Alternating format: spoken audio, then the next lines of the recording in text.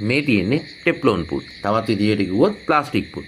එතකොට මේ ටෙප්ලෝන් පුට් වල බොටම් එකේ සයිස් එක පළල ඒවා, බොටම් එකේ සයිස් එක හීනි ඒවා, බොටම් එකේ නීඩල් එක සහ ත්‍රෙඩ් එක පාස් වෙන ප්‍රදේශය කට් එකක් විදිහට තියෙනවා. සිදුරක් විදිහට තියෙනවා. බොටම් එක පළල වැඩි, බොටම් එක පළල අඩු, බොටම් එකේ මස වැඩි, බොටම් එකේ මස අඩු.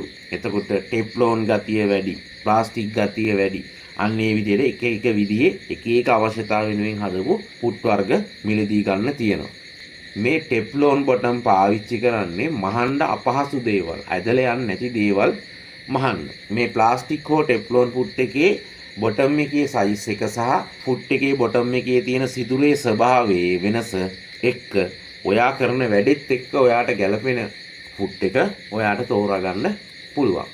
ඊට අමතරව මේ ප්ලාස්ටික් හෝ ටෙප්ලෝන් පුට් වල අඩිය නිතරම ගෙවෙන්න බලනවා. එතකොට ඔයාට අලුතෙන් පුට් එකක් මිලදී ගන්න නැතුව බොටම් එක විතරක් මිලදී ගන්නත් පුළුවන්. ඒ කරන්න NP ලංකාවයකට ඕගලන්ට ලංකාවේ පහසු මිලට නෙවිල්ගෙන් මේ පුට් එක මිලදී ගන්න පුළුවන්. මේ වීඩියෝ එක කරන්න මට මේ පුට් ටික ලබා දුන්නේ NP ලංකා නෙවිල්. ඕගොල්ලන්ට මේ වගේ වැදගත් වීඩියෝ අරගෙන මට උදව් කරන්න NP ලංකාවයෙන්.